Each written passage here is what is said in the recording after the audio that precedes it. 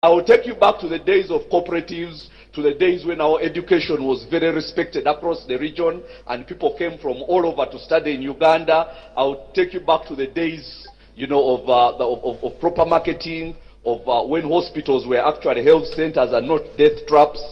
I'll take you to the days when our people were not being taken for slavery in the Middle East. I'll take you back to those. Somehow, even the people who have grown up in this regime think that that is utopia. Has it ever existed? It actually did once. There was a time when systems worked. When people would go and sell their coffee and all they are given is a note, a promissory note that they will be paid for their coffee. And guess what? They would be paid. Because systems work. Now you try doing that right now. By the way, now that coffee thing, that woman who they gave the coffee industry is an arms dealer. She sold illegal arms to this government, and the coffee thing is a way of paying her using taxpayers' money. Now you go and say Kableta told you that, and it is the truth. She's an arms dealer. She doesn't know anything about coffee. She knows as much about coffee as I know about the anatomy of a penguin or something like that. She doesn't know anything about coffee. She's just an arms dealer. So they are doing their deals. And somehow, these people in parliament started writing promissory notes to her, isn't it? You wrote a promissory note that they would pay her money without any money. But the promissory notes became money before even any coffee has been exported and so on. So anyhow, that's because of one small thing. Those people actually really believe they own the country. And we are just squatters. They are completely convinced the country is theirs. Now when you see Uganda, for them they divide it. This one belongs to this member of this family. This one belongs to the other one. This one belongs to the other one. I was somewhere in Rwenzori and somebody was telling me how, for us in our party, those. I told him, you're chairman LC5. Half of your district is owned by one person who is not even from that district. That person is Muhoozi. Now, he's not even from that district. He owns half of your district. And you come here and tell me you're chairman LC5. What kind of chairman LC5 are you? You're just occupying an office. My point is, we have to stand up and actually be serious people. The people that we are contending with think they own Uganda. They actually absolutely think they own Uganda. When they want your piece of land, they will come and make it a national forest reserve. They will put boundaries there and say this is a forest reserve or a game reserve or something. As soon as it is taken away without any compensation for you, then somebody who is connected comes and takes it. That's how Muhoozi got half of that district. I won't mention it. Okay? They come and say this is a game reserve. The next thing is rearing his cattle there. But I'm telling you this, Matemba has gone. But I'm telling you that project is not going to work. We are not fools. Okay? We are not fools. The fact that we are doing all these things. And now everybody who loves this country, people are joining us. Even people who were disinclined to it before. They realize that we are serious. And they are joining us. And some of them are not even here. Some of them cannot even come and associate with us publicly. Because they have other, alignments somewhere. Some parties which they represent, but they are with us, and we welcome them, and we welcome everybody who loves Uganda, even those from that yellow party, because they are also slaves like everybody else. You see, Malcolm X brought the term of house slave and field slave, and he said that there are slaves who are called house slaves. For them, they work inside the house, they prepare tea for the boss, they clean clothes and so on. So when the boss has tea, they also have some leftover tea. If there is a piece of bread that is left, they also eat bread that day. Now, for them, they are a higher class of slaves, but they're also slaves. Then they are different from the field slaves. The field slaves are the ones who work in the sun and come and they are famished and they don't have all these privileges. But all of them are slaves. So even I'm telling some of our colleagues in that yellow party, that party is about a family. It's not about Uganda. That party was created to keep one family in power. So if you're not a member of that family, you're a slave. You might be a field slave, which means you eat some bread here, you eat some milk here, if the boss has some is left over. If the flask of tea comes when it is halfway, you drink the rest, but you're a slave.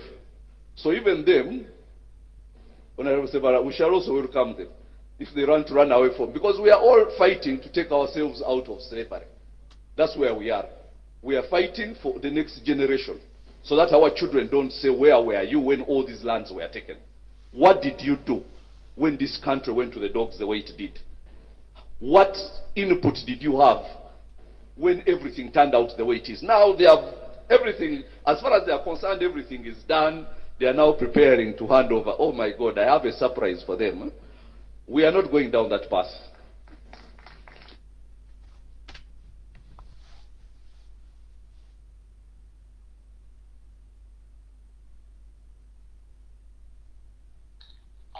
Good evening, compatriots. I welcome you to tonight's section, where we again holding a discussion under the theme of Ugandan National Awakening Call, Konga Uganda.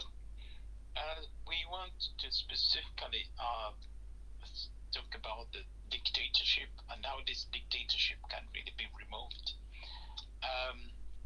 Of course, there is just so much happening at a risk of being detracted from our main mission of removing the dictator. Some of these, there is just so much happening at a risk of being detracted from our main mission of removing the dictator. Some of these issues are recurring, and I've already spoken about them.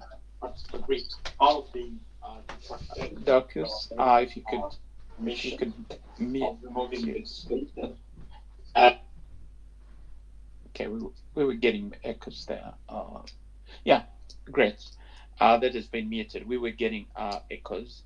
Yes, as I was saying, that there is just so much happening, and there is a risk of losing track of our main mission, which is really to dismantle the dictatorship. So, of course, we've said it again and again. There are killings. There is a silent genocide in Karamoja. This is a concern. This is going on, and let's not tire from amplifying this silent genocide in Karamoja.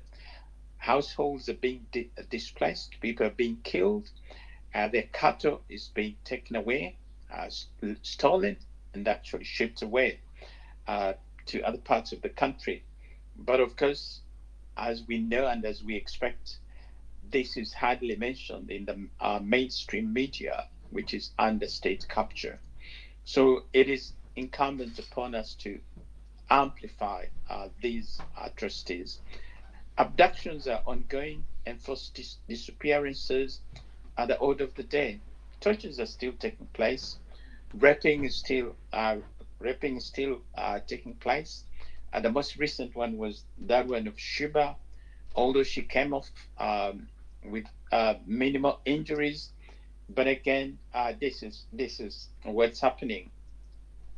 The government officials and security agencies feel entitled, and they have license to do whatever they want to do with other people's, especially women's bodies.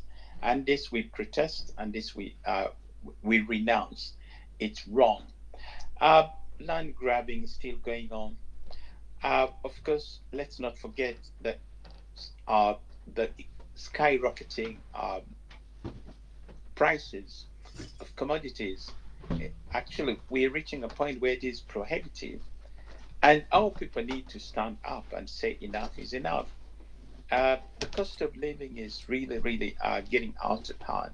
And our people need to react. How much can we take this?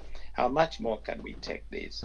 Let's learn from the people of Sri Lanka who had had enough, who have gone through a similar kind of situation, similar kind of economic plight and other misgovernance issues. But they said enough was enough, and they got up to fight for themselves. So, ladies and gentlemen, let's not take this lightly, because you ask yourself, when is this going to end? So, of course, the coffee bill is still being talked about.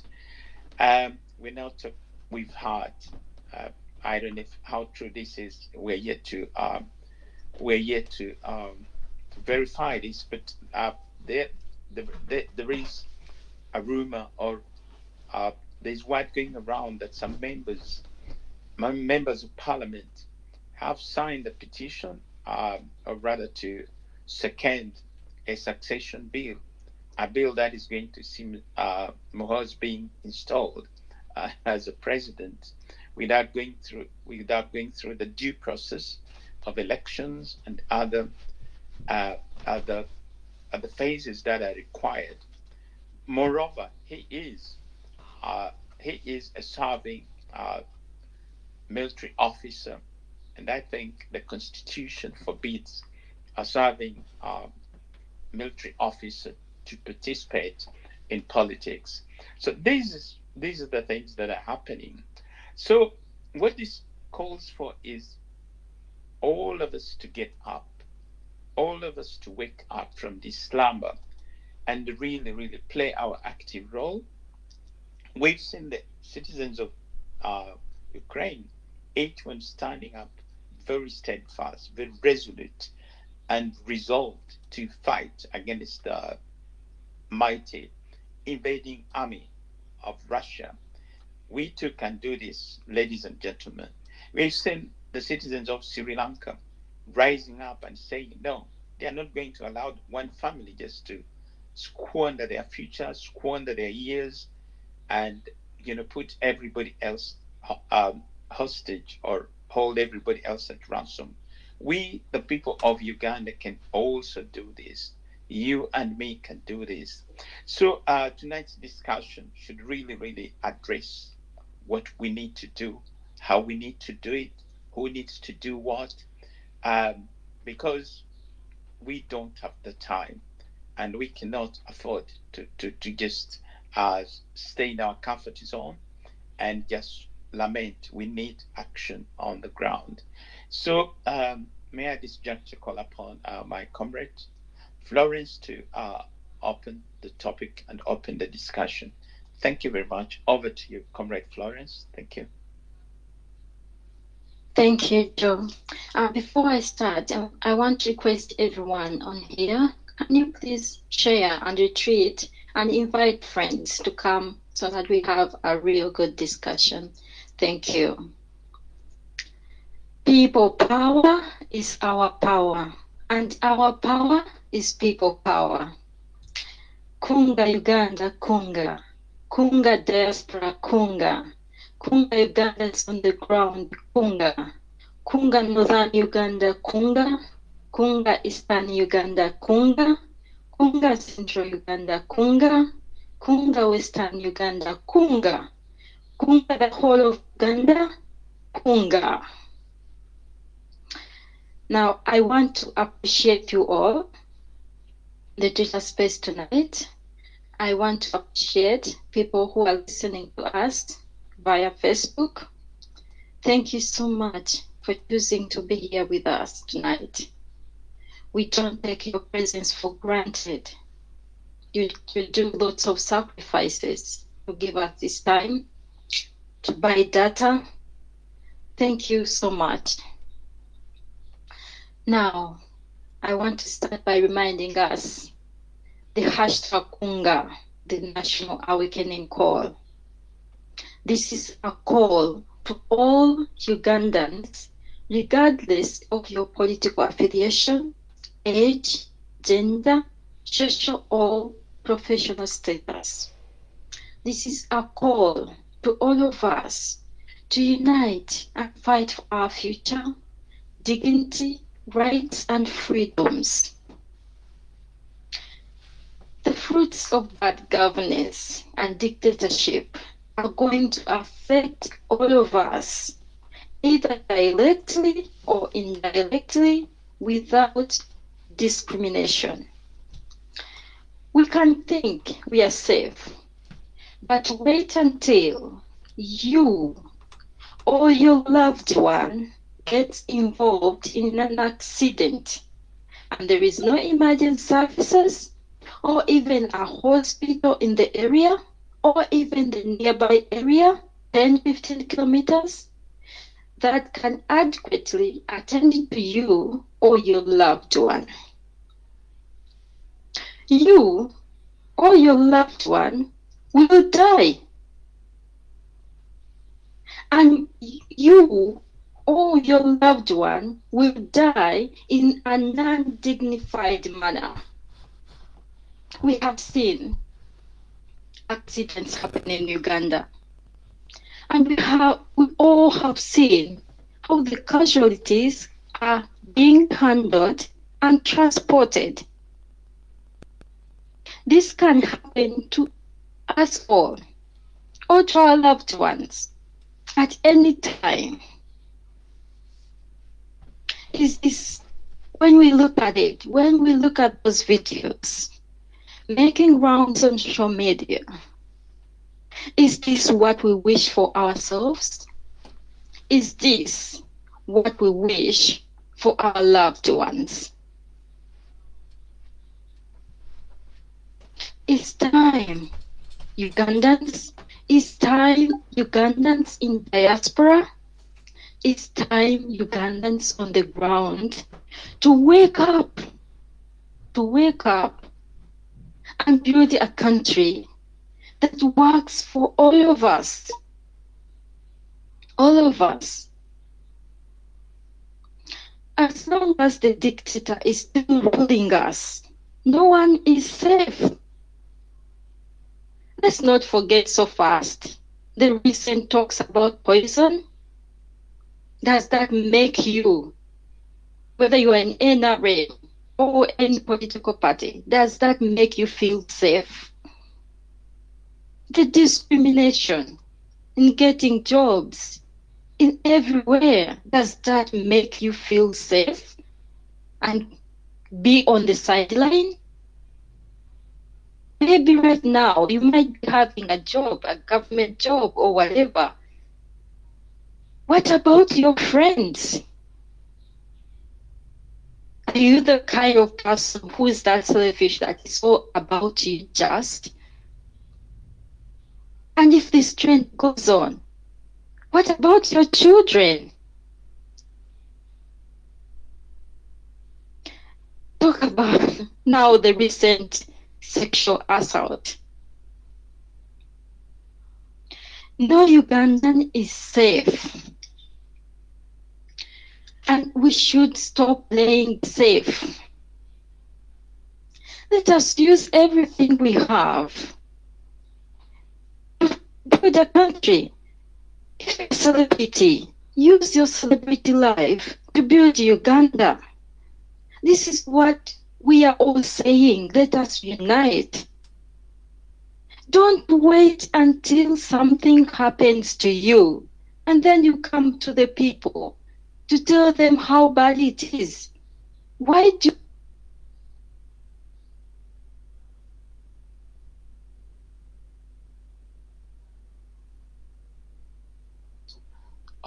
apologies, we seem to have lost Florence. Bear with us.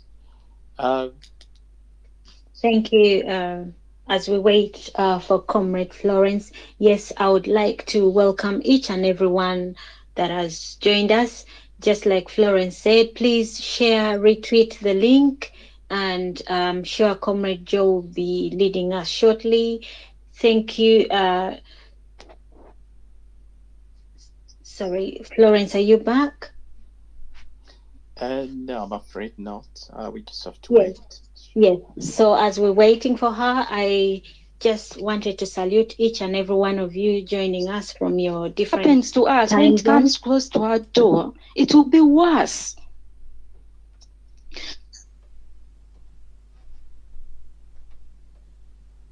Sorry, Comrade Comrade Florence. What's happening? Florence, we've lost you. I don't know if you're aware. Okay, Comrade Dorcas, carry on, please, as we wait. Yes, just Comrade Florence, please touch out and then come back right in. Maybe that might help, or find a spot with a good connection. You keep fluctuating, so we'll wait for you to reconnect. And yes, for any other comrades that will be speaking later, in case you get disruptions, you just touch out and touch back in, and you should be able to speak with us. Yes, so thank you so much all for joining us today. Is the 11th May 2022, and we are here to actually speak against the injustices in Uganda, hashtag end torture in Uganda. The main hashtag today is Kunga, the National Awakening Call, and we are holding this campaign to actually call, galvanize the masses and call on you and tell you now is the time for us to arise and redeem our nation. We've got to reclaim our nation and human dignity, and that will take all of us. We, the people, have got power. You've got power. We, the people, power. We are going to do this together. Together we can. So we are not going to wait for 2026 because Mr. Museveni sits in that chair illegally. I did not call him a president for a purpose, because he is actually for a reason, because he's not president. He did not win the elections. We all know we had a war and not elections. So we are still actually wondering, we were wondering whether the elections were going to be reheld or so we're calling him to step down, and we're saying no, enough is enough. So if he's not going to step down, we the people have got to keep demanding and keep elevating our voices and saying enough is enough. So hashtag Museveni, stop Museveni is also another hashtag that I forgot to mention, because we do not want him telling us a few years down the road saying that, oh, I thought the people wanted me, because he keeps claiming the people voted for him and the people want him. No, we do not want him. So we go to hashtag stop Museveni, okay? And hashtag end torture, hashtag Kunga, the whole of Uganda. We've got to arise. We are not giving him a term up to 2026. No, he rules illegitimately. So he's so much illegal, and whoever is doing business with him, they do it illegally. So we call out the international community and all the friends to the dictator and tell them we've suffered enough. We want our freedom. We want our democracy reinstilled. So thank you so much, Comrade Joe and everybody on this space. I don't know if Comrade Florence, if you can please confirm to Joe, and then if not, Joe, I'm sure you're going to direct us. Thank you so much. Thank you, Comrade Dorcas. We've apparently lost. We just have to wait. Yes, really, what needs to be done, I think I've already said this before, and I'm going to say it again. We, the people in the diaspora, wield so much power as per the remittances that we make, to Uganda. On average, we remit around $1.4 billion US. This is a lot of money. Let's recognize the financial power and the muscle that we wield. And the question is, how do we translate this into some kind of political power? Really, we are calling for a moratorium on the remittances. That means we stop the remittances for the next 6 months. Any money that is remitted should just go to meet emergencies or to meet, for example, medical bills, emergencies of sorts, but not projects that we've been undertaking. Let's defer those projects. We've also called upon the people in the Middle East, who have been sending their money, and their money has been, squandered in different ways. If it's sent to the banks, the charges are very high, and then it's stolen. But also, money that is entrusted with relatives has often been squandered, and which has led to conflicts. So we are working out a mechanism of diverting this money, and the people kind of holding that money and having, the control and the charge to do what they want to do with their money, and to deprive the dictatorship of money that is flowing to the country. This we can do without necessarily risking putting our lives on the line or getting into harm's way. Also, what we want to do is the people to on the ground to exercise some kind of a financial boycott. You don't have to take sugar, you don't have to take milk. Ladies and gentlemen, the time has come for us to make sacrifices. We just cannot continue being comfortable and wishing and hoping that Muhoozi is not going to, the Muhoozi project is not going to take place. We need to really fight it robustly. We need to do that. So again, I invite opinions, I invite thoughts from the audience to chart the way forward. How do we stop this Muhoozi project? Come up with ideas and let's hear them. Paul Iso, please, over to you. Thank you. Paul, Hello. thank you. Hello, comrades, hello, Ugandans, hello, friends, hello, everyone who is here and who is listening. What must we do? I don't want to waste any more time. Every single Ugandan is not safe in a dictatorship. And what must we do? Number one, why can't we unite? I believe that Ugandans are united, but we don't have a command and control structure. We are here volunteering. Some other people are just, they want change, but they are maybe having beers, or they are doing TikTok, showing their boyfriends and all that. We need to be focused. We need to understand that we are in a situation whereby if we don't rise up, it's going to become worse for every one of us. Even the people themselves who are in the regime. I'm going to give you a few examples. The recent Jacob Olanya had to be flown to Seattle in the UK. I'm just quoting Nabanja, whatever the prime minister, or whatever, or vice president. No one is safe. In essence, what I mean exactly, no one is safe. Olanya, he called him the dictator Jesus, yeah?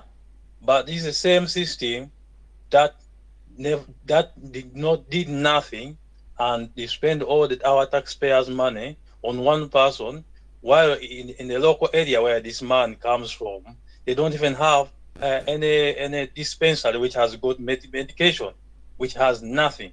Okay, no one is safe. Olanya, who called himself Jesus, is nowhere. Is no more. I must give another example.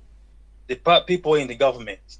This Kibonge Chanini, Mustun, what is his name? Moja, what is his name? Is again who said that the police has a right to kill and shoot and kill you when you reach a certain level, even though when you don't have guns, even though when you're not violent, okay? That they have the right to kill you. What is his name? Can someone remind me on here, a moderator, please? Just to make my point clear. Eli Tumine. General Eli Tumine. This man comes on to have speeches on ceremonies, and he covers the microphone with a cloth, meaning that they know themselves that the system they are living in is unsafe for everyone. So if those people are not safe, and they are generals, and they are the people who are in government, and the people who are in, like, they're enjoying all our resources. They have looted using the guns. They have captured our power, and they think they are also not safe. What about you, the artist, who think you are safe? You, the musician, you, the politician, who think that we are talking about 2020 election and all that, 2026, that there's another election coming. My friend, for as long as we are in a dictatorship, which has got mafias around it, whereby the money controls and also the guns control. As long as we are not united and we know that we need to redeem ourselves, no one is going to be safe. Don't lie to yourself. Even you and me who think that you are somewhere, that you think you are safe, you are settled, you are not safe. Your family is not safe.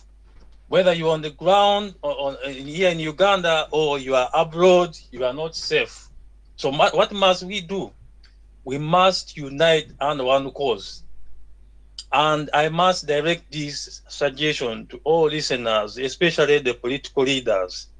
You people have shown a lot of division, even when it meant getting rid of dictatorship, and then we unite ourselves and we have a real government with working institutions. And you refused to front one candidate under one unity when you had all the opportunity. Okay? So, what must we do? I emphasize this kunga, hashtag kunga, whereby I really am arguing everyone here listening. If you have a friend, if you have a family member, I would like to urge you, if they have a smartphone, to use that smartphone like we are doing right now, very effectively and very usefully. One, to open up a Twitter account and take part in these spaces and have your opinion and your view. And two, to use that Twitter account or Facebook page to go and challenge these people who are sponsoring our operation. We are fighting against a full US government. We are fighting against a full EU. These people know very well that this regime is illegitimate. And these things that are happening in Uganda, they can never ever happen in these people's countries. Look at what is happening in Ukraine. They have declared all the sanctions very quick, fast, and they are putting a lot of money to support Ukraine. What about in Africa, in Uganda, whereby the people in Congo are being slaughtered, like the terrorists are cutting off their heads, their ears, their nose, their sexual organs. They are doing all manner of dehumanizing all the victims, okay? And these people call the dictator or the illegitimate government partners. You know, they sip some champagnes, and you think if we are going to rely on these people that we have friends, they can be we have some friends, yeah, but they are not in the illegitimate government. Okay, we need to kunga all these friends, yeah, hashtag kunga all these friends, and also we need to challenge these people. For example, I am campaigning, I'm looking, I really desperately looking to collect as many Ugandans who have smartphones, who can access Twitter, who can open Twitter accounts, and let's just say we have 10,000 people on the protest. We go to this EU and show them all overwhelming evidence of what they are part of. They don't represent this. For example, the UK. I've seen some members of the UK public protesting against this illegal or unlawful deportation of refugees that intend to stay in the UK, to be deported to Rwanda, for which we know Rwanda has got a bad record of human rights violations. They can abduct someone like they abducted the Fred Rumwe and take them and then put trumped up charges against them. It's a state machinery. It's a mafia. As you conclude, Comrade Paul. Okay. As I conclude, I really desperately command everyone to just be focused. Join us here on Twitter. Let us engage each other, but let us be more. We want more active actions. We want to kunga about 10,000 or 20,000 Twitter warriors. Ugandans who have smartphones are more than 50,000. Let's just say minimum 20,000. Okay? Those Ugandans who want to change, where are you? Those Ugandans who are in places of influence, like artists, politicians, why don't you conga your people in your area? You're starting from your family and say that, look, boycott anyone who you think stands with the dictator, anyone who think represent or is not standing with the oppressed. Why don't you boycott them? Start with our own people who are selling us out.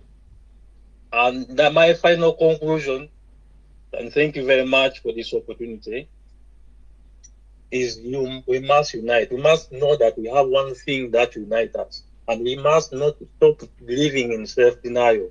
We are in real life style.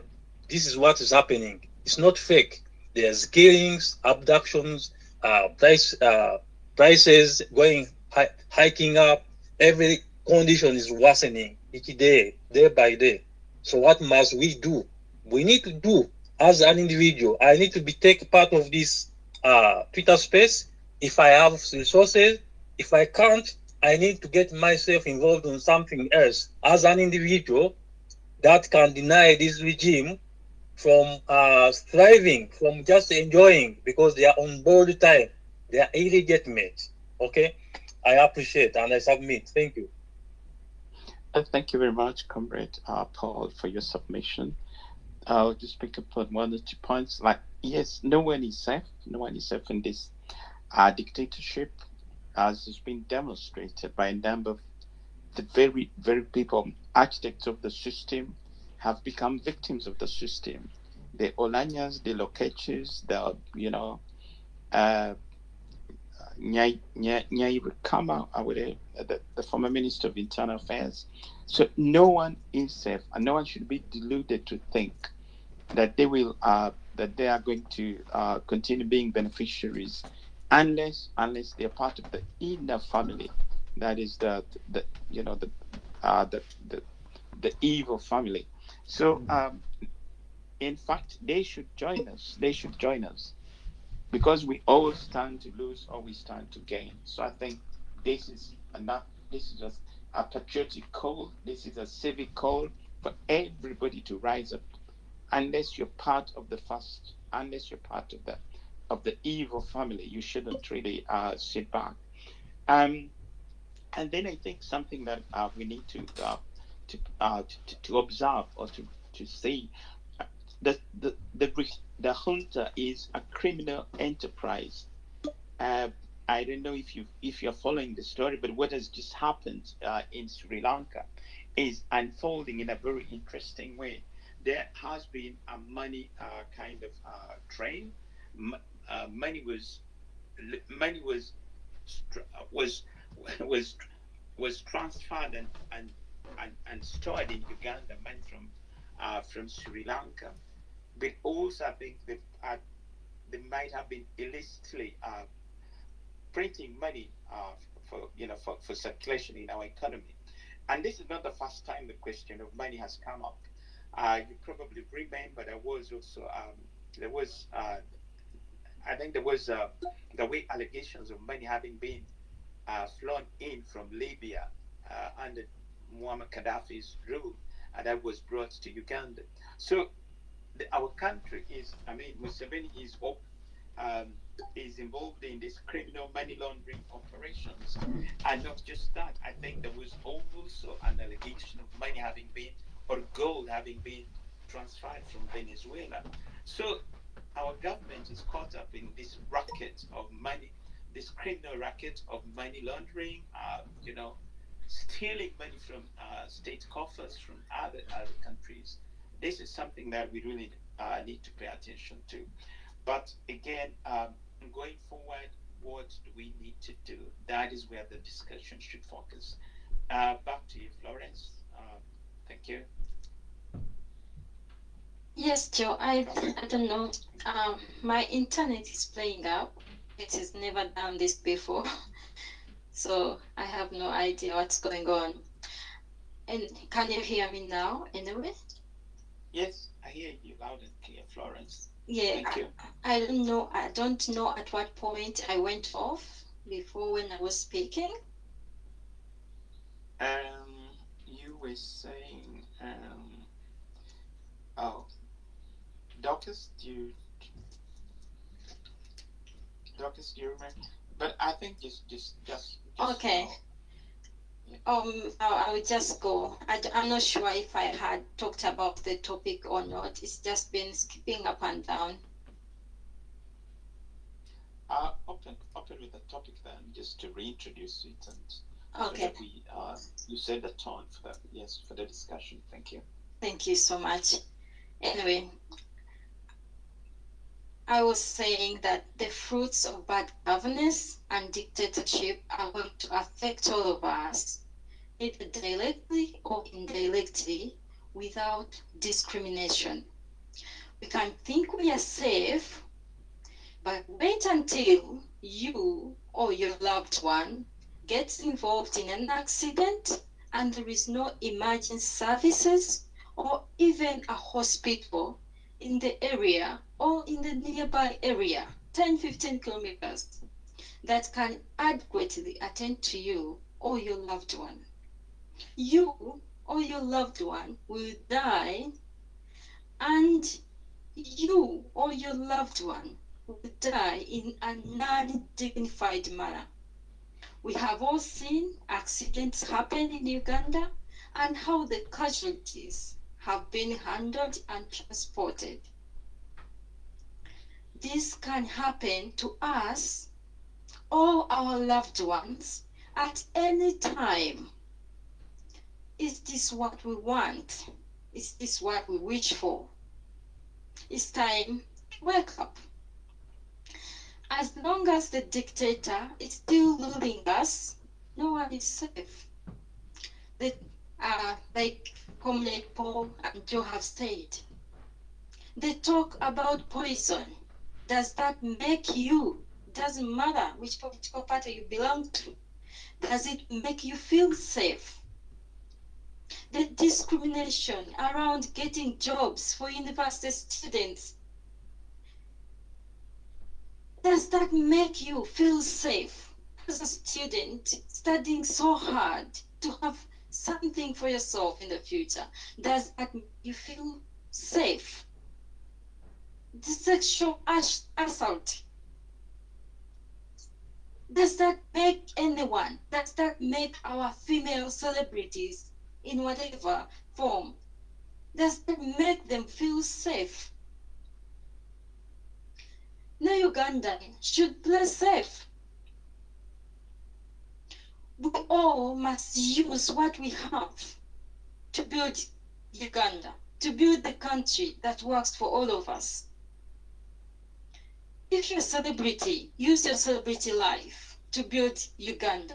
Speak up and act on issues that affect everybody.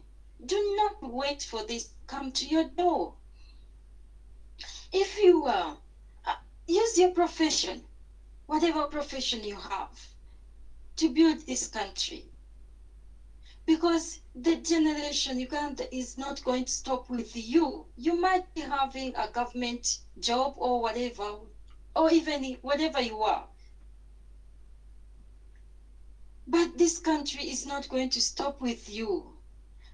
Are you using your profession to build the country or to break it down? We need to say no and push back against anything that does not take us forward.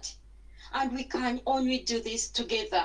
Just like Comrade Power said, we need to unite and find a common ground, because we must understand no one is safe. We can only pretend, but whatever is happening is going to catch up with each one of us. It's going to catch up. You can do whatever you want to do, but it will catch up with you. It will catch up with me. So I was saying on this Twitter space, we don't just lament and cry over our problems. We are mostly interested in solutions. What we can do and how we can do it to liberate ourselves. We stand for and only encourage nonviolent methods of removing the dictator, and these include boycotts and nonviolent protests. So in the previous Twitter spaces, we have discussed and emphasized the importance of maintaining non-violent discipline. It is important that we train and disarm ourselves of violence because non-violence is a winning strategy. It is rated at more than 60% successful rate compared to the violent methods that are at 30%. And non-violence is the only thing that we have that the regime doesn't have. So today's Twitter space in today's topic is going to be about understanding our battlefield. We are removing the dictator, yes. Do we really understand our battlefield? Do we know who, what we are up against? After understanding who and what we are up against, then we can come up with strategies on how we win. Because when you know your opponent, then you are likely to win. Today, let's take time to study our battlefield. What are we up against? Who are we up against? One thing that comes to me when I look at our battlefield is arrests. How can we prevent them if we can? How can we prevent them? One thing that comes to me again when I think about that is we need to mobilize more so that we are many. You can imagine if you are 20, 30, easy, there is space for you in the prisons. What about if we are 1 million? What about that? Yeah. What about that? Is there a prison? Are they going to take 1 million Ugandans in on one day? Let us discuss more. Who, what are we up against? And when you speak about that, can we also think about the strategy and the solution? How can we overcome that?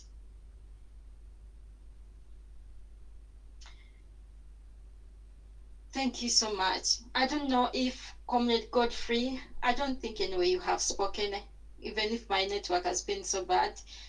Can you unmute and speak to us? Thank you.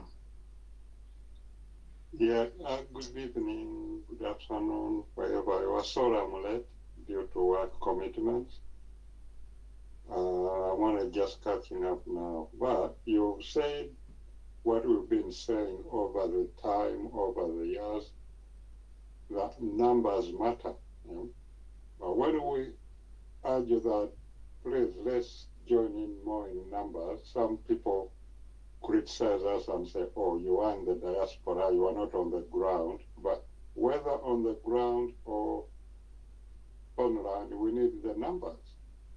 Numbers matter, and on the ground, the success rate depends on the numbers you have. As you rightly say, if you are even 10,000, over 10,000, they can't put you in prison, surely. And they can't beat all of you, surely. We have to be brave enough. In the past, from Dr. Chizabe's jail, come up and people still won't get up. We come up with our president, His Excellency Chagulanyi, decided we're gonna do the walk to Parliament. Just a few people turned up, yeah? So I don't know how much it will take for the people to wake up. We decided we'd go the non-violent way, which is surely successful. A typical example is, well, you go Dr. Stella here on the platform, yeah? She uses linguistics, literature, you name it, yeah, as a protest, yeah, and that's loud enough. So imagine if we all participate, each one does one thing and another one does another thing, and then we add the numbers on, sure we can get there. That's it for now. We keep listening. Thank you.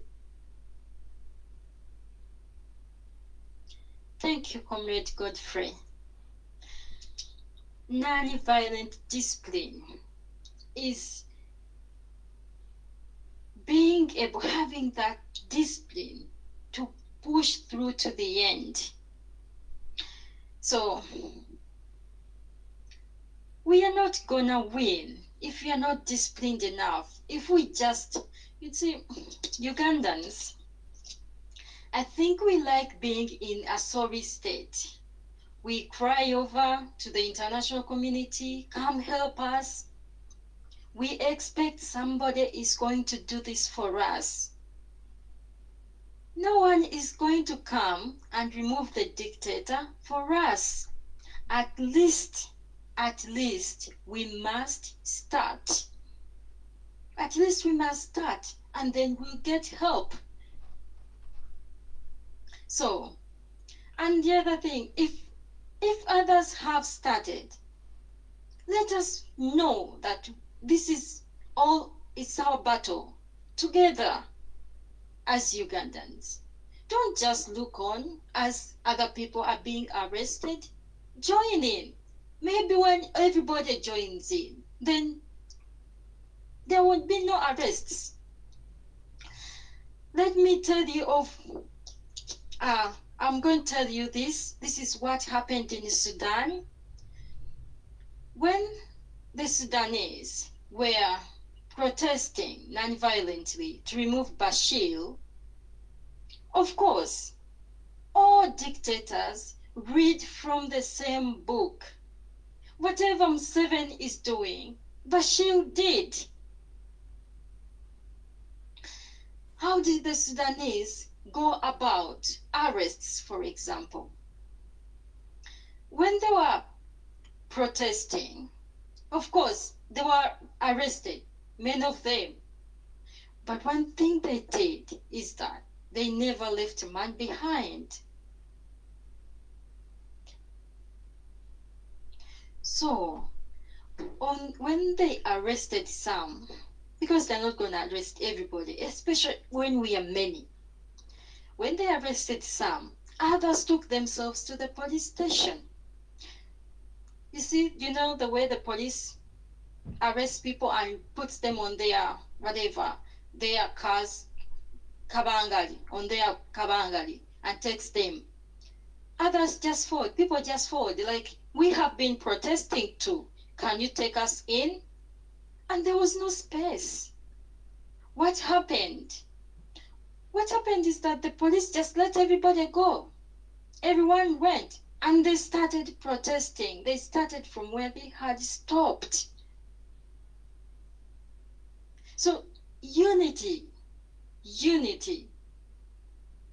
Like all the previous speakers have said, unity is what is going to make us win. And when we unite, we have to agree. What are we doing and how are we doing it? Non-violent discipline. That's another thing that's going to make us win. So Ugandans, we need to wake up. First of all, we must desire to be free. We must desire to be free. Thank you so much. Please, Dr. Stella Nyanzi, it's a pleasure to have you here. Please unmute and speak to us. Thank you. All right, thank you very much, Comrade Florence, and again, just to thank Stand Up Uganda for this space. I think I wanted to react to three things that were said. I think that nonviolence is important. Part of the problem is we don't always mean the same things when we say nonviolence. But I'll come to that maybe as I finish my contribution. There was a point which you said about avoiding arrest. Now, my position is different. I think that when we come to this struggle, we come with different capacities, different abilities. Just as an army, in a military base, they are cooks who are important, cleaners who are important, fighters, snipers, marine guys, Agakagwawo, those who fight from the ground, those who fight from the air force in the air, the marines who go to the water. They're the planners and the strategists. They're economists. They are computer specialists, etc. That we play different roles. A sniper who works alone with one long-range gun and maybe what is it called, a telescope, does not operate the same way as a platoon of 50 or 200, a squad of 200 people work, although we are all aiming at the same enemy and our goal of taking back power to the people.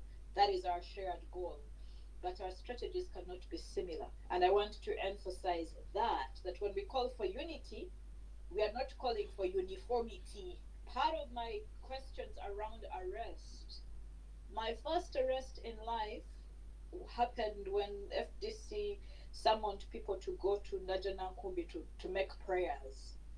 A number of activists had been arrested, but that day I was arrested with Omulodi and a pastor called David Happy Ongabo, and a number of, we were 33 people that were arrested.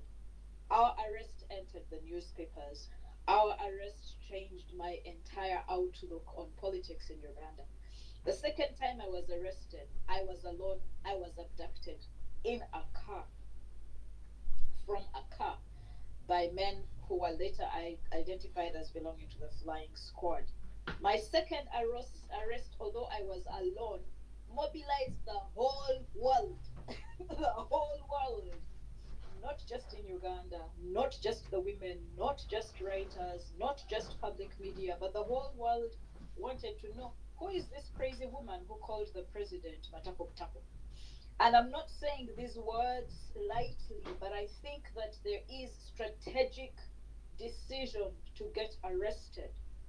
And the value of these arrests, Bobby Wine's arrest in Gulu, purely strategic, whether it comes from us or it comes from the other. I think the question should not be how do we avoid arrests, but when is political, when is it expedient, when is it useful to the struggle to get arrested? How does one get arrested in a strategic manner? Don't be silent. Let it be visibilized. Amplify the issue. Be arrested around a cause as opposed to being arrested and being charged with criminal, or crime that is in the penal code. And so I think for me that people such as Mandela, people such as Bobby Wine and Dr. Chiza Besigye and others in the struggle in Uganda, but also Africa more widely, their arrests changed the history of struggles. The arrest of particular women, Winnie Mandela, Wangari Wangari, in Kenya, in Uganda as well, Ingrid's arrest where her breast is pressed, although it is terrible and it's painful and terrible things happen. But how we take advantage and capitalize and build on the rotten eggs thrown at us to make points, score points for the struggle is what makes the difference. So I think for me that sometimes we actually make a case for let us go and get arrested. We know they will arrest us, therefore let us prepare. When I have protests with women, I say to them, if you're a mother with breastfeeding children, unless you're prepared to come with your kids to jail or you have made alternative arrangements for them, don't come with us because we are going to get arrested. Come in tights. Make sure you have extra sanitary pads. Wear them. Bring water. Leave your phones behind. We are going to get arrested. And the idea is through the arrest to then shame the police and the state. And so arrests are not necessarily a disadvantage if we think about them and include them in our strategy. One of the unfortunate things about the recent arrest of the students at Makerere was they didn't plan the eventuality of arrest. Getting arrested during exams and having students bill missing exams, but having nobody on the outside capitalizing on that is a disadvantage to the struggle. We could have a movement in the students, the university students and their parents and activists building on our students are missing exams, our students this and that, but we didn't, or they didn't plan strategically about the arrest. And so what I'm saying is that we cannot, you can't, a sniper who works alone cannot tell a platoon what to do, right? That's the sort of first thing I wanted to say. Secondly, around questions of discipline, methods are different. I think sometimes, like I say, that unity does not mean uniformity. There are things that women who cook do, that women who sell in the market cannot do. And women who sell in the market, there are things they do that women who plait hair cannot do. And I'm just using local women examples to be relevant if it applies. So what I'm saying is, what is discipline? What is moralizing? Some of us have chosen methods that are unconventional, okay? And we are told, a method doesn't do that. That is a discipline.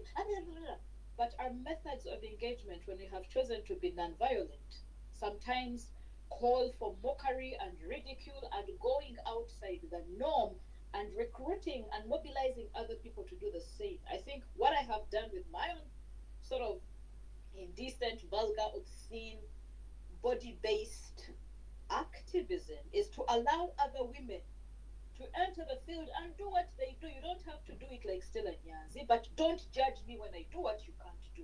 And so I think sometimes the call for discipline is actually taking away our bazookas and our AK-47s and disabling us. I think I appreciate very much the Christian feminist woman who came to my nude protest. I was undressing at Makerere University, while a professor who is my friend, a professor of law who knew my right to protest and could have come and protected me, came and told me, Stella, like, Stella, put on your panties. You're shaming us. You're an embarrassment to the feminist movement. This Christian feminist woman just came and sat and she said, Stella, I'm holding space for you. I'm praying for you. Do what you have to do. Okay? So two different approaches to the moralizing discourse in Uganda. Don't do this. It's disrespectful. How can you speak like that? I want to stand in solidarity with the hooligans who insult from either FDC or NUP or wherever else. When we cannot protest physically, when we choose not to pick up arms, we could pick up arms. We could pick up Butida. You know, Butida is called what? I forgot the word in English, but it's in my head. We could pick up catapults. Yes, sorry. We could pick up catapults and do the Gulu stone. Was it Gulu stone or Arua stone? When we choose not to be violent, I think that our capacity for violence should not be undermined. We can be violent. I can pick up stones and throw them at the glass of Makerere University. When I choose not to, and instead I undress, I think instead of calling it indiscipline, when I use words and throw them like bullets, instead of saying, instead of judging me and moralizing about my language, stand with me and say, I do not approve of what she does, but let her speak. I don't approve of NUP insulting people, but that is what we have been reduced to as a nation, and we build on that. I don't believe in X and Y and Z and Y. I don't believe in their methods, but we have the license and we stand with them. And I think that is what good leaders do. So when we call for discipline, what are we calling for? What are we calling for? Are we calling for removal of unconventional methods of combat from our combatants, yet we're not giving them what they can fight with or what they should fight with? When we call for discipline, are we calling for obedience, total submission to leaders of the struggle who are not leading us? There are leaders in our political parties who are not doing anything. And when we choose to make our own initiatives, we are called insubordinate and disobedient. So when we say, let us be disciplined, what are we talking about? How can one be disciplined in an indisciplined struggle? And so I think for me, what we need is a set of values, and why I follow these discussions on Kunga whenever I have space is because there are different ways of doing discipline within a protracted struggle. And we have to redefine what we mean when we say be disciplined. What do you mean? In my case, I tell my children, I don't expect you to take firearms. Okay? Don't take firearms. I don't expect you to steal. But if you have to go and take from rich people's gardens in order to feed poor people, go and do it. That is not theft. You're reappropriating. And so I think what I'm saying is when we say be disciplined, what are we saying? Because the language of discipline has been used by moralists, particularly from Christian and Islamic faith, but also from our cultures, to take away from us the only remaining means of combat we have against militant brutes who are on a mission, no longer just to rape and defile our constitution, but to reinstate and recreate themselves through their son, Muhoozi, if the Muhoozi project is going to happen. And so the urgency for me means that we have to redefine and define very clearly for ourselves and for the struggle what discipline and indiscipline mean. And for me, murder is not indiscipline. But if I kill you with my words, I will kill you. So where do we draw the line? And I think I enter the debate really to say where we can support unconventional means of engagement, please let us do, even when we don't understand them. Yeah? Where we can support what makes us uneasy and uncomfortable. You don't have to be in the kitchen where my fire is very hot, but don't take out my firewood. Don't pour cold water on my contribution to the struggle. You don't have to support it. You don't have to join me. You don't have to undress like me, or say matako butako like I do, or write like I do, or do the bizarre things that make you uncomfortable, but allow me the space to do it. In fact, be like my friend Nalongo Nana, who criticized me when I criticized Bobby Wine, but then she took care of my children. Let us support people in the struggle that we know are with us in the struggle, even when we don't agree with their means of combat. And I think for me, that is what I usually say to people who say, let us be disciplined. The struggle doesn't have discipline. Don't steal from the struggle. Give to the struggle, but steal from the rich. And so I think for me, while I may sound very controversial, I am saying we must have a set of values, and we must redefine what it means to be disciplined. And lastly, around unity, I have come to a point where I think when we call for unity, we think that all of us in the opposition will speak the same language and do the same things. But now I don't agree with that position. I think we can be in the struggle, focusing on the same thing, using different means, wearing different colors, speaking different languages, using different means of combat, but still united. And our unity does not necessarily call for uniformity. And therefore, if I'm in the struggle with you and I'm a feminist, and I find that part of the things I hate in the dictatorship is raping women, when rape happens in my own party or in your party, my partner from a different party, I will call out the rape. When corruption that I fight against you in 70 happens in my party or in your party, you my comrade from a different party, allow me to call it out. Otherwise, we are recreating the very same demons we are fighting in the dictatorship. We are recreating them in our struggles. And so I think for me that the more we mature as a struggle, a liberation struggle, a non-violent liberation struggle, the language and the book from which we read, our Bible, the things on which we agree, are going to also have to mature. We can't be eating milk all the time. So let's call for unity, but not imply uniformity. And if I'm united with you, it doesn't mean that when you rape me, I will keep quiet, although we are in unity and we are fighting against a bigger rapist. I will call you out, allow me to call you out, and let your brothers and sisters in your party join me as we call you out to fight those sites of oppression, even in the liberation struggle movement. Morality should be taken out of the language of discipline. I cannot afford to be moral when I am fighting immoral people, and I decide to fashion my weapons in seemingly immoral ways, which are non-violent. And I think the first point that I made was that arrest may be tactical, and that our tactics cannot be the same. One of you, your tactics will just be prayer. We appreciate. Pray for us, pray in tongues, pray always, go and tithe, pray for us. Another person, it will be to undress my dear, undress boldly, undress beautifully. Another person, it will be to treat our sick people. Another person, it will be to get us visas. Another person, to send us money. Another person, to write and speak. Another person, to go to the streets. Another person, to just stay home and take care of the children of prisoners. So our tactics are going to be different. And so even arrest is a tactic of combat and the struggle. We use their lemons to make ourselves lemonade, to refresh ourselves, to refresh the struggle, and to keep running. Thank you very much. I spoke so much, but yeah, I just felt tickled to speak. Thank you. Thank you so much, Dr. Stella. Wow, that's really, really wonderful. Whatever you have said is definitely on point.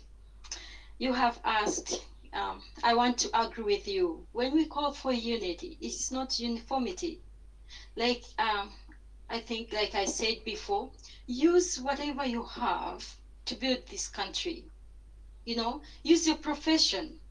Use your life, your celebrity life, if you're a celebrity.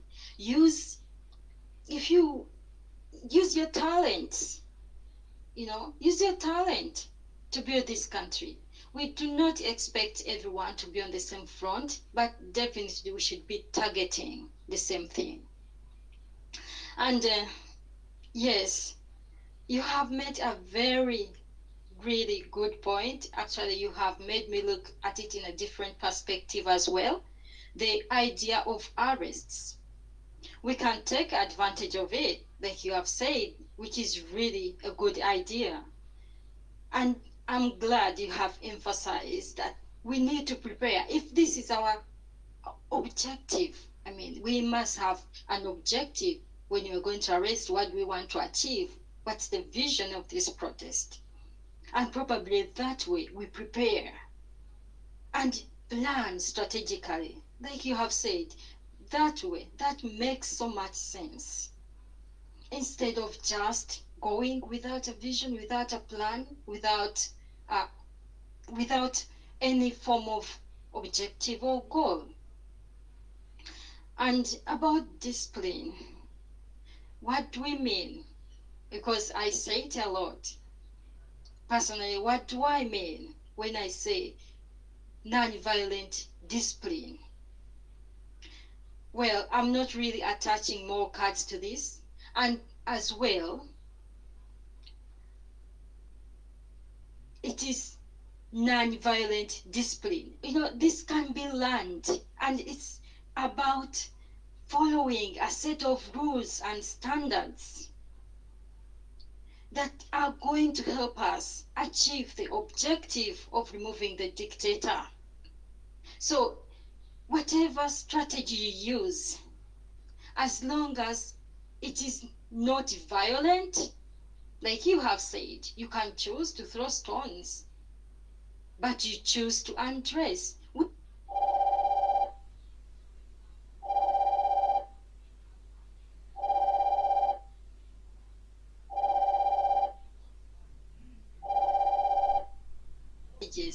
Can be used. For example, there are protests where women have undressed and they have left, they have gone, protested with bare chests.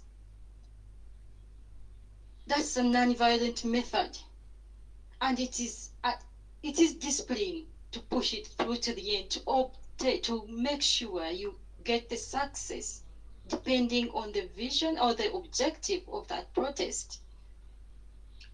So that's what we mean. Like, for example, if it's a protest, like we are saying, how does non-violent discipline come in? We are saying we're not going to be violent. That means not even one person is allowed to throw a stone. Not even one. You're not even allowed to throw even just a small sharp object. You're not allowed to fight with the police. You're not allowed to undress any woman. You're not allowed to loot. Those are the standards, set of rules and standards which we must hold ourselves on to so that we can really remove this dictator.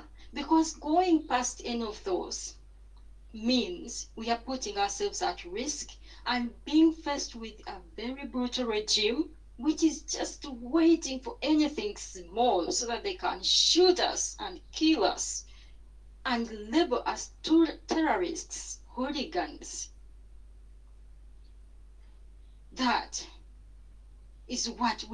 That's why we have to set these rules and make sure we maintain them. And that's what we mean by withholding non-violent discipline. Joe, did you want to add to that? Well, thank you, Comrade Florence. That was a very powerful submission. Exactly what I find interesting, maybe just to re-echo, is the fact that we belong to different political configurations does not mean that we should necessarily agree. Furthermore, it does not mean that we are therefore we are not critical of whatever is going wrong within the parties or across the parties. And I think that kind of relationship or balance is really, really interesting. And it's something that we should emulate in our strategies or in our struggle. I think that is all. Otherwise, it was brilliant submission. Thank you very much. There is a lot to take home from our submission. Thank you. Maybe at this juncture, I'll call upon Dr. Ngeni to give us his thoughts. Thank you. Well, I think I was enjoying Dr. Stella's Luga flow. They call it Luga flow in the language of, I don't know, whatever you call it. I enjoyed her Luga flow. And it reminds me what I was telling my colleagues today. That now we need to bury a bit of ethics. You can't keep on mentioning ethics in an ethicless world. If we're calling for an industrial action, be ready to switch off oxygen from people. And as I speak now, my own wife, who is in Uganda, has just sent me a message that her mother is having liver failure and kidney failure. And I've just asked a simple question: how have you prepared for the industrial action? How have you prepared for the industrial action? Because if hospitals close, then you're in a crisis. That's what I've told her. So the discipline that we are talking about here means that you're able to hold it. You're able to hold the pain. You know, Ugandans often realize that there is a hospital when they don't have legs, like this one's from Kabarole. I just now want to speak the language they understand. I don't want to be kind. I am somebody who was voted as one of the best health workers in Uganda, but my language is changing. If we are going to laugh every day, if we are going to joke every day, if you are going to come to hospital and you find us sacrificing, you know, look at Kabarole. You saw how many goats they gave to Muhoozi. Ask them if there's anybody who gave a nurse a goat, and they have their legs hanging in the hospital. That is a language coming from a health worker. Let's look at my district, Busia. Right now, they are organizing a Muhoozi party. Nabanja was in that district last year and showed that the health centers are occupied by bats. And the MPs are organizing a Muhoozi party there. So some of these things now require that, like you have put it across, use your profession. Our medical profession has been too much on a back seat. They expect, I mean, look at people protesting. We protested here in Washington, and they say hooligans. And I was asked, that's the question I was asking, that why are you a doctor? Why is having a degree? If it is a hooligan who can protest for a hospital, and you who has a master's in medicine, you who has a PhD in medicine, and you say don't compare us with the third world, the first world. If you have a PhD in Uganda, what does that mean? You can't have a PhD in treating jiggers. You can't have a PhD in treating malaria. Malaria is prevented with the mosquito net and spraying. So can we make use of the books that we are reading? You don't expect, because most of the time when we are speaking, people think this is about noob. These people think this is about hooligans. It's not about you who has been told. When they're talking about cassava, it's the professional who needs the money. It's the professional who is not even talking about bread. It's the professional who wakes up in the morning. I was posted, for example, in Moroto for 8 months, and it was like 8 years for me.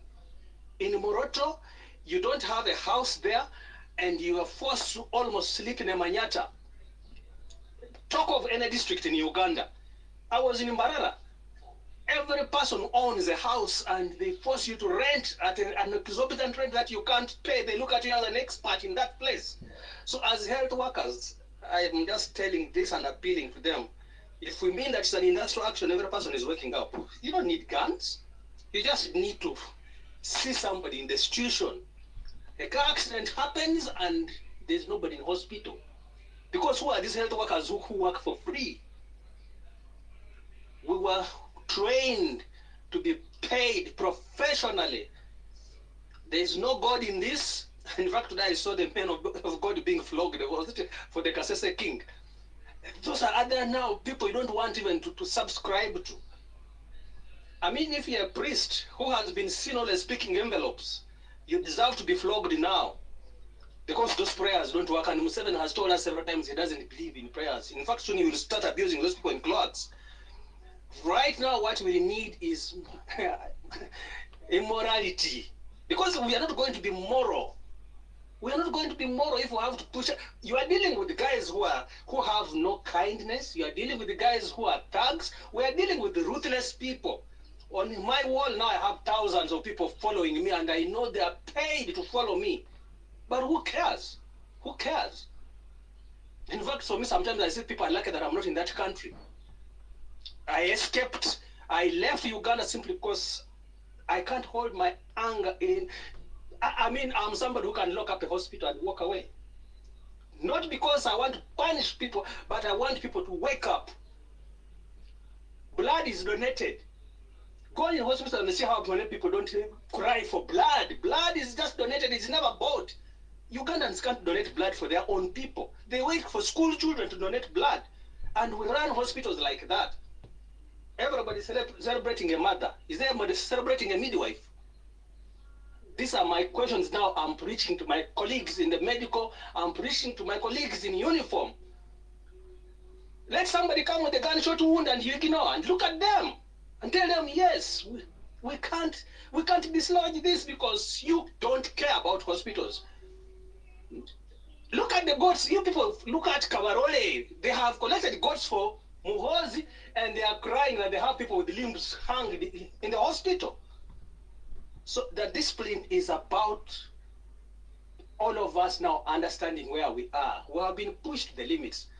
And the diaspora, especially the diaspora, sometimes I'm so disappointed about the diaspora. Personally, I have now gauged the diaspora very well. If we call for these debates, we don't call to listen. I have heard somebody, you bring me somebody from Tororo, my district, to talk to me in the diaspora when I know people in my district have yet to dig latrines. And they are comfortable with that. And then we just have this talk. The discipline is about each of us now knowing the components of a struggle. What does it need me to wake up a next person? So for me, I'm rooting for health. I'm rooting for health. If the industrial action is coming in 5 days, if you are on this wall, listen to me. If you're HIV and you have to refill your drugs, do it now. If you're on TB drugs and you have to refill your drugs, do it now. If you have anything you have to do to check your blood glucose, do it now. Because if the industrial action kicks off, It's the beginning of the liberation of Uganda. It will be the beginning. And the health workers, I hope they are serious, because I have seen so many are beginning to backtrack. So many are now failing. They don't want to show their faces, but we are still pushing and calling. Thank you for listening to me. Thank you very much, Dr. Mugeni.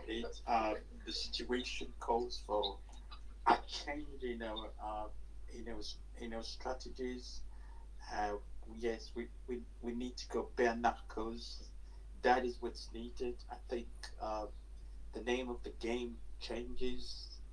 You cannot fight immorality with morality. No, I think we need to level the field with immorality and just get down on it. So thank you very much. Going forward, we've really overrun our time, and we're now going just to take 2 minutes per speaker. Please bear with us. So I think I'll take Mr. Lukwago, please. You have 2 minutes to speak to us. Thank you. Mr. Lukwago, please unmute and speak to us. If you're having problems, then we go with Ways, please. Unmute and speak to us. Thank you. Okay, Mr. Lukwago has unmuted. Thank you. Hold the floor, Ways. Thank you. Mr. Lukwago, over to you. Thank you. Okay, thank you so much. Actually, with unity, it's possible. But who is behind this unity? The Western external players who still have a say in our politics. They are not after a united Uganda, since their interests will be threatened. I at one time happened to listen to Museveni crying that he was forced to embrace multi-party dispensation, which has divided Ugandans along party and different ideological lines. Why is it that in Kenya, after politics, opposition figures can work with those in government? Think of a situation where Mzee Kalonzo Musyoka is a Kenyan envoy on peace-finding missions for South Sudan, and is always here meeting Museveni on behalf of Kenya. But Kalonzo Musyoka subscribes to opposition. He's not a government worker. So why is it that in Kenya, Kenya, an heterogeneous country, can at least come up with coalitions? Remember very well NASA, then the likes of Uhuru Kenyatta came up with Jubilee. Why is it not possible here in Uganda? We tried TDA and you saw how it failed. Why? And we have no many tribes as it is in Kenya. So there is someone besides the Western, even Museveni. We should accept the fact that Museveni infiltrated the opposition because he came up with his party movement. He came up with his movement system. Then all of a sudden, he was forced to embrace multi-party. So Museveni had to also create his own political party. So opposition must first fight that. Today we need unity. Look at what happened in Kayunga by-election. Nup went alone, and in fact Nakwede won that election. But Museveni used the might of the guy. SFC could fraud people anyhow it felt like. We were forced to welcome Museveni while in NRM t-shirts, and we had to do so because we wanted to live. Those who refused were flogged and others were taken away. So I conclude by saying it's also a need to think of a military approach, and that can only be possible by getting a reliable, honest ally, just like Museveni did. He went and looked for military assistance from Mzee Julius Nyerere, who gave him the likes of this Mamerito Mugero of Chira, those Bakombos. So opposition also need to think of a military approach, because we are dealing with a military junta. We need a reliable ally. Thank you so much. Thank you. Comrade Lukwago, yes. Well, we beg to differ. What you prescribe, the method or strategy you prescribe that kind of would be up a military struggle is, I think, something we probably choose to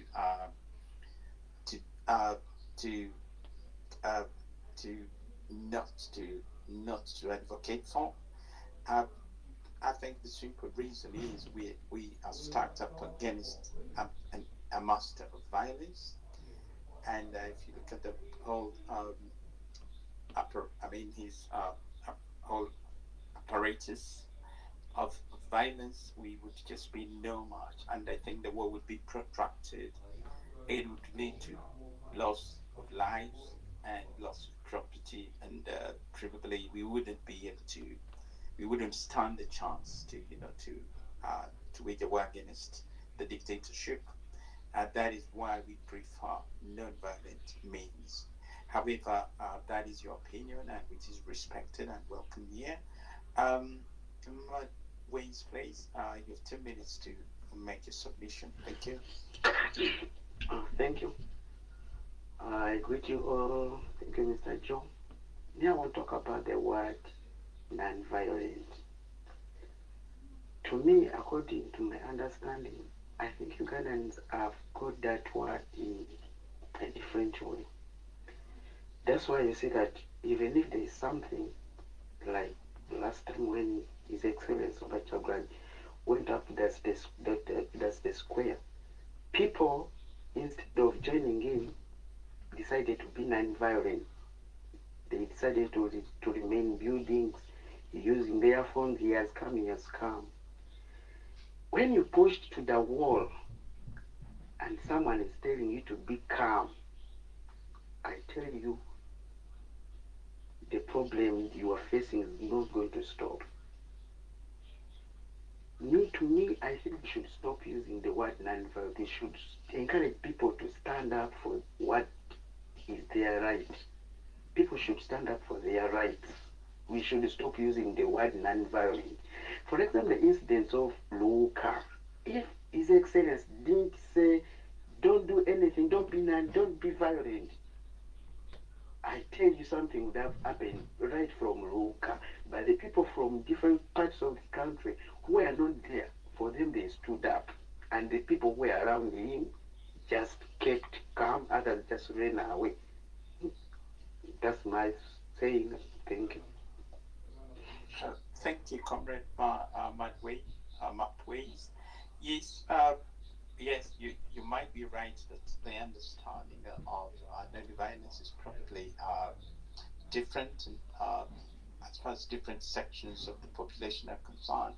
But actually, strictly in non-violent kind of language, non-violence does not mean not taking action. It does not mean being a coward. No, it means engaging, but in a non-violent way, in a calculated way. That does not. Because we can focus. We can dent a system if we identify the pillars. What is it that is making that system to survive? What is it that is buttressing that system? So we hit those pillars. It could be the economic pillars. It could be the security agencies. It could be support from the peasants. So we just work at that, and then we weaken those pillars, and we cause cracks to fall. We cause cracks to form, and that would weaken the dictatorship. So I think my understanding from your submission is probably people choosing to stay away, and to them that is their definition of non-violent. Well, that would be wrong. That might be their understanding, but that is wrong. So to be non-violent does not mean you do not engage. It's to the contrary. You engage, but in a non-violent way. And it does not mean you are a coward. No, you can be courageous, but you just need to do it the right way. So I think, Godfrey, over to you. You have 1 minute. Joe, I just want to add 2 sentences to that. Non-violent means removing the dictator without burning down Uganda, without burning down the city. It's as simple as that. Stand up, just like the way the Sudanese removed the Bashir. Yeah? So ways the people you meet that don't understand non-violent methods or non-violent way, I'll ask you to make it clear to them. It does not mean to look as if he has come, Bobby Wine is there, let us use our phones to take a picture of him. No, it means we join him. Okay? When after we join him, we are remaining non-violent, and that means we are not going to do anything that is going to cause harm to the people who are protesting with, or that is not going to provoke the security agencies to shoot us. It's as simple as that. Okay? Thank you, Joe. Thank you for your clarification, Comrade Florence. Yes, Comrade Godfrey, you have a minute, please, to speak to us. Thank you. Yeah, I beg to differ with my brother Lukwago regarding the non-violence or the military side of things. We've had, since 1962 or thereabout, when I was born, we've had violent overthrow of governments, about 4 of them, if I'm correct. And each one has created more violence. We are where we are because of the military approach. Now, people understand different things regarding non-violence, but using protest is part of the non-violence, and disobedience is part of the non-violence. We can boycott, that's part of non-violence, and that's the way we should go. It's up to the other side whether they shoot, they beat us. In the end, they run out of options because you can't rob 1 million people. You can't kill 1 million people. That's genocide, yeah? And the world won't let you do that anyway. But if we are determined, and just like soldiers go to battle, we use non-violence, we go prepared to protest, to disobey. We start home, we won't do this, we won't do that. And that's the way non-violence works.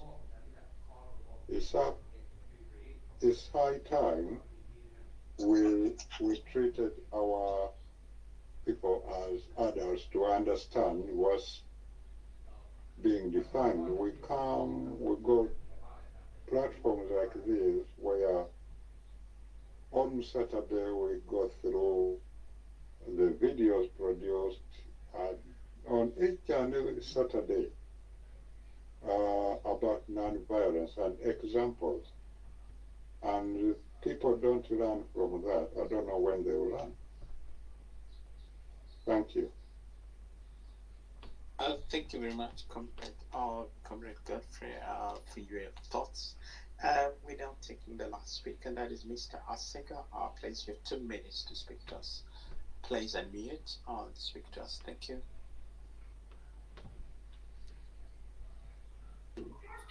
Thank you very much. I'm happy to be here. This is my first time to communicate here. First of all, I want to be brief. I want to concur with Godfrey right now, who is just been speaking right now. Actually, we need more of industrial action. We need more of industrial action. Today, the science teachers are actually continuing their industrial action. Where is tear gas? There is no way a tear gas will get them, and that's where that's where we want to go. That's the area. That is the angle we want to take. That let everyone in his own capacity. You are a teacher, you are a doctor, you are a civil servant, you are a nurse. You do something by yourself. So from there, they will have nothing to do. You are are somebody, you somebody who sells food in the market. Don't bring the food in the market. There you will, we shall fail to have the tear gas and the mambas on the street. For example, today's paper is indicating that 14 million Ugandans are going mad. This is very horrible. 14 millions are mad. That is very wrong, and this is printed on the national newspaper. Okay, and the Minister of General Duty came up open and even proudly say that even the poverty level is increasing day and night. And this is a sign of a downfall. This is a sign of opportunity for some of us. So me, I'm saying that I don't agree with the military because we don't have the gun. We cannot go to street and shoot our own brothers, because even our brothers in the uniform are also captive. They are just being used. So if we go non-violent and everyone do his own thing, and even the soldiers, brothers in uniform, if also they realize that they have to do something, this people will have no more. So we need to change. Actually, we need to even start thinking conversing about transition.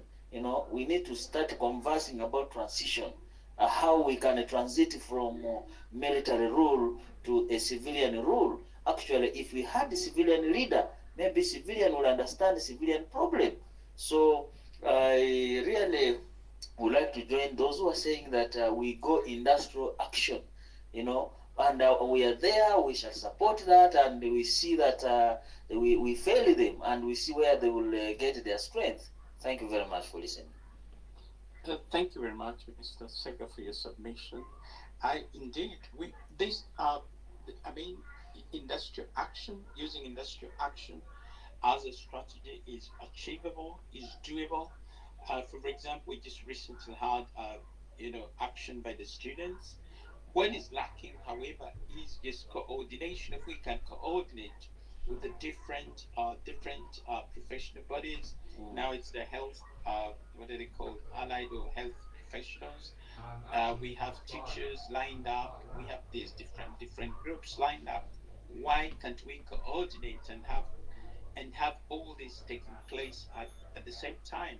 I think that even the circles, the security forces would be stretched far beyond capacity to respond, to respond and crack down on the protesters or demonstrators. So I just wanted to interject a bit and give more light on our brothers in the uniform. These brothers in uniforms come from our different homes. My home, your home, and other homes in Uganda. If we really want to mobilize them, we can start by even mobilizing your own brother who is in the forces, so that it is coordinated in the military. So if my brother is aware and your brother is aware and the other man is aware, so you'll find that it becomes more easier for coordination in the military and in our brothers in uniform. And I totally agree with you that we need to have coordination. By the way, we are doing something. Thank you very much. Just to add to that, really, even just the sheer numbers, security forces are not more than 100,000 vis-a-vis the 45 million who we are. What we need is a manpower of just 1 million, maybe even 10,000. Basically, we just need 10,000 to overrun the streets, and that would be it. We would have disabled the security agencies or systems. So thank you very much, listeners and speakers. We've really drawn to a close. We've even overrun our time. We apologize to those we're not able to speak today. I just hope you'll be able to speak next time. We're now drawing to a close, and Dr. Mgeni, please make your closing remarks. Thank you. Well, I just wanted to say one simple thing. and that is health. Health rules the world. Health rules the world. Even if you are talking about military men, they must be physically fit, they must be healthy to carry the gun. All of us here are debating because we're on this one because we are healthy. And if we're declaring Ugandans mentally sick, maybe that explains the Kawarole accident. There are accidents almost every day in Uganda right now. Almost every day, and they're all grisly accidents. Now, if you have people who are mentally breaking down, then you must just understand that is your health affected. Because health does not mean merely disease. It means you're okay economically, socially, call it all. It's an all-round person. So most of these components that make a person healthy are missing. And so if our health workers are taking on the nation, I would say so. Don't go to hospital to blame them. If they are laying down tools, know who to blame. And call on the next person, Because when you're talking about allied health professionals, we are talking about pharmacists, we are talking about laboratory technologists, we are talking about the outpatient department that will be paralyzed, we are talking about nurses, we are talking about all these people coming together, and allied health professionals in different capacities. So one affects the other. You'll find that somebody has prescribed for a drug, but the dispenser will not give it to you. So if this takes place, 5 days we are counting. And we are counting on them because to me, this is the beginning of liberation of Ugandans. You go to hospital and there's nobody there. Don't cry that the health workers are bad. Know where it has started from. And trust me, there is no way government of Uganda, with its extravagance, is going to raise up the salaries of health workers that they're demanding for. Because the minimum they're demanding is 3 million shillings. That will not occur. So if they are serious, we're paralyzed. Thank you for listening. Thank you very much, Dr. McGinn, for your closing remarks. Indeed, government can easily find money to throw parties from Muhoozi for the whole month across the country. The cost of God knows. Yet that is money that could have been, invested in some of the, infrastructure, in some of the ministries, or to pay doctors salaries. But it's not a priority to our government that recommends people to eat cassava instead of looking for bread. Yes, Comrade Florence, please, your closing remarks. Thank you. Thank you, Joe. I want to start by apologizing to whoever hasn't been able to speak today. Normally we have almost everybody speak, but yeah, it seems it's been busy today, and hopefully next time you'll be able to speak. So I want to conclude by encouraging us to continue with this conversation. Let's not stop here. Let us think, observe, and analyze. Let us try to understand our battlefield. Who are we up against? What are we up against? And we don't stop there. Let us think and research strategies that will make us win. On this Twitter space, we always encourage each one teach one. Let us mobilize. We don't stop here, we go out. Start with your friends, start with your neighbors, start with your family. Let us make the conversation of liberation of our country a center point of our conversations. Because you like it or not, if you're a husband and you're struggling to feed your family, that's politics.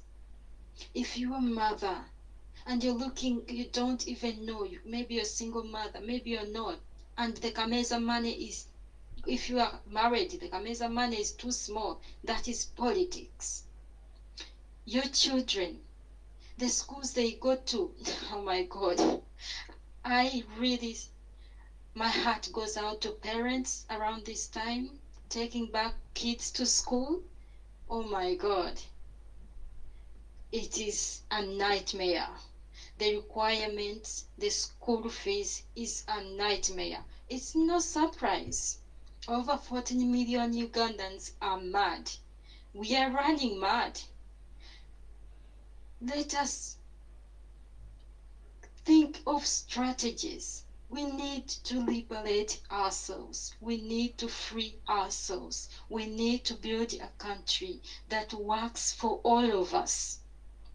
We need to do that. So each one, it's our responsibility. And no one person, no one political party, no one is going to do it by themselves. We have to unite. We have to unite as Ugandans and know this is our battle. So each one teach one. Let us mobilize. Let us teach each other. Let us disarm ourselves of violence, because we are up against the master of violence. So you cannot win your opponent by attacking them on their strongest side. You have to look for the weak side. And their weak side is they cannot be non-violent. They cannot be non-violent, and we can be. And that's a winning strategy. It has worked in so many places where dictators have been brought down. The one that is closest to us is Sudan. Probably some of our ancestors live there. So let us take that as our message of hope, that other people have done it. These people in Sri Lanka, they are doing it. Let us have hope and use that hope to mobilize. Teach one, each one teach one, each one teach one. Let us bring more people to this platform. Ugandans, we need to stop following propaganda always and scandals and stay focused, because this is what is going to remove the dictator. Focus. Thank you so much, Joe. Kunga Uganda, kunga. Kunga diaspora, kunga. Kunga people on the ground, kunga. People power is our power, and our power is people power. Thank you so much, everyone. Thank you, Comrade Florence, for your closing remarks. Docus, Comrade Docus, you please make your closing remarks. Thank you.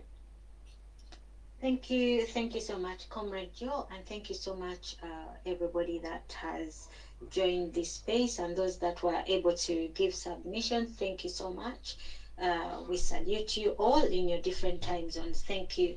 Yes, Kunga mobilization is going on, and we have to mobilize. We've got, actually, it shouldn't even be hard. We all have to want this. We must want to be free, you know. We all know Museveni rules illegally. And I say rules, I do not even want to use the word govern, because he's not governing us in any way. He's ruling ruthlessly. Yes, so we need to be free. We are not giving him a full term to 2026. No, we are demanding that he steps down, and we are going to do this peacefully. We are going to fight for our rights, for our freedom. We are going to reclaim our nation and our human dignity. I keep repeating that. So the hashtag Kunga means mobilize, mobilization, and that is what we are trying to do. Well, there's so much going on on ground in Uganda, and what Florence says, each one teach one. Well, today you all have assignments. Develop your groups of 10. Let us have small clusters, you know, and let us have, there's so many techniques and tactics that not everything can be discussed on space.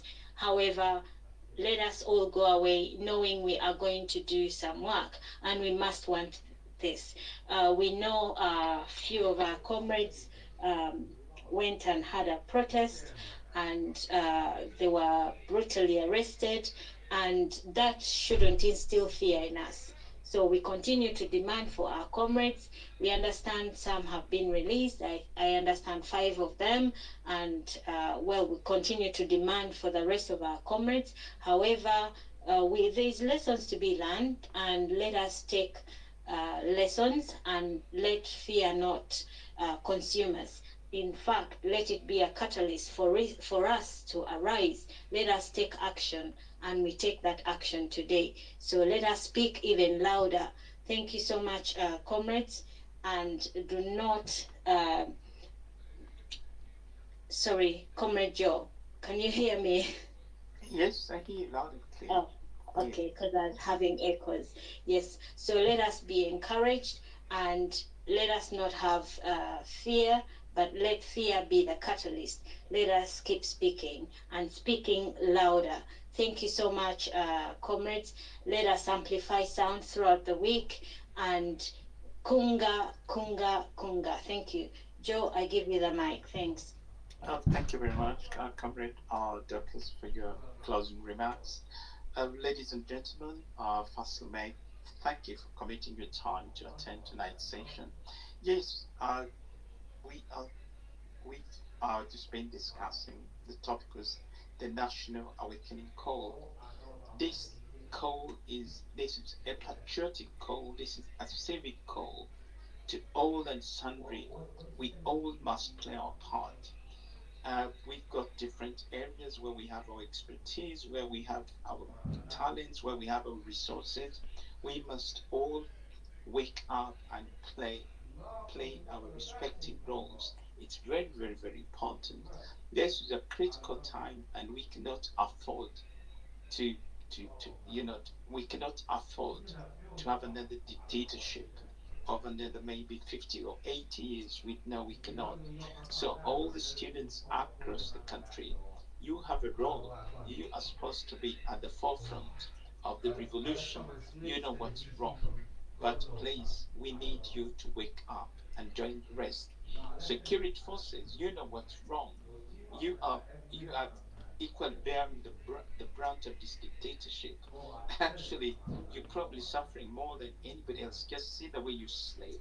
After 45 years of uninterrupted rule from this junta, is that the word that you've been in, that you deserve? No.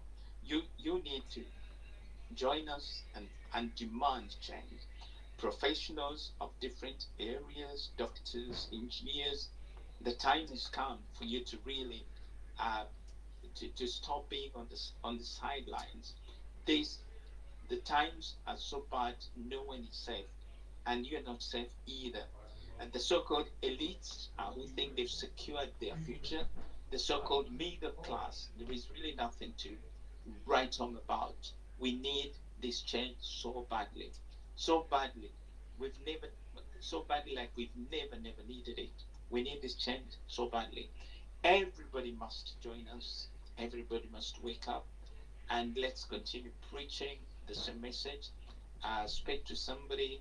Speak to the UPDF officer who is your brother, somebody in the place, and let's all do our part to mobilize. The time is soon. The time is soon. We can do it. We can achieve this. Thank you very much. Once again, please follow one another so that we can maintain our networks for further discussions. Thank you very much. We have a minute, less than a minute, and then we shall end the session. Thank you.